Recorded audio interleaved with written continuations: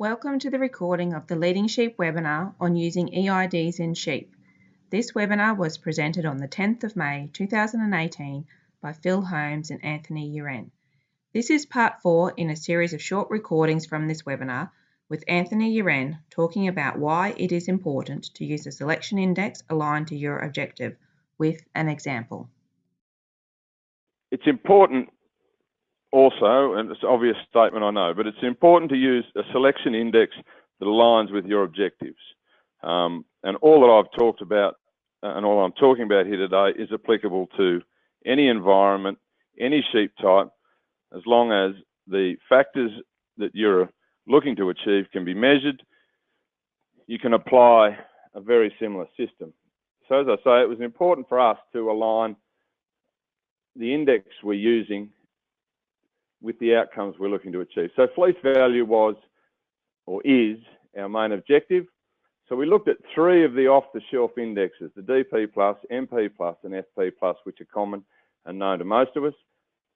We used that sample of 700 ewes to run a correlation to see how those indexes correlated against fleece value. So as I say, we've used the 3 off-the-shelf and 1 private. The Y715 is a private index. We ran the correlations, and as we can see, the Y715 came out as the most highly correlated of all indexes to fleece value. And as you'd be aware, these indexes give a 10-year forecast of what you'd aim to achieve, whether they're adding fleece weight, reducing micron, maintaining staple strength, etc., etc. So when we added the 10-year outcomes to that and ran the valuations, the Y715 added $12.53 of fleece value. So by pursuing that index, the average income from each fleece in 10 years' time should have increased by $12.53. So if we compare that to, say, the MP Plus at $5.51, there's a difference of $7 achieved over the 10-year period. So in our case, if we were to run that over the 40,000 sheep and we were making a different selection process, that could have effectively, as an opportunity, gone of $281,000. So those decisions, or the decision to adopt an index has significant financial implications if it's not aligned, or you're not checking that it aligns with your outcomes and objectives. I've just done an example on this year, or the ewes that were classed out this year. So there's a cohort of 5,000 ewes in that group.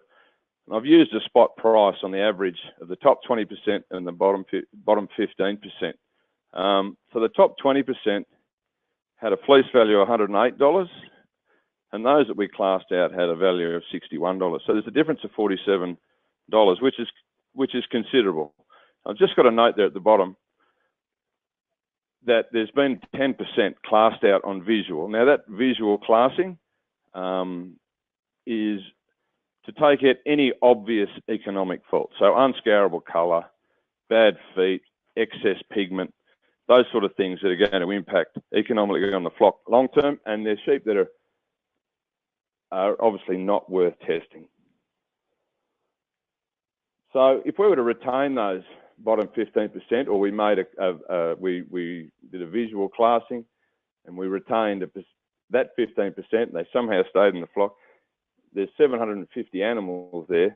It's a total cost of about $35,000. So another important factor regarding all the determinants of fleece value are not grass hungry. So it costs us no less to retain the high value animals than the lesser value animals. You could argue that maybe they'd cost you more. Maybe there's some poor doing or animals that aren't suited to your environment. So, but if we took it as a base that they're not costing us any more or any less to retain those animals, it's a no-brainer. Thank you for watching this part of the recording from the Leading Sheep webinar on using EIDs in sheep. If you have any questions or would like more information, please visit the Leading Sheep website on www.leadingsheep.com.au.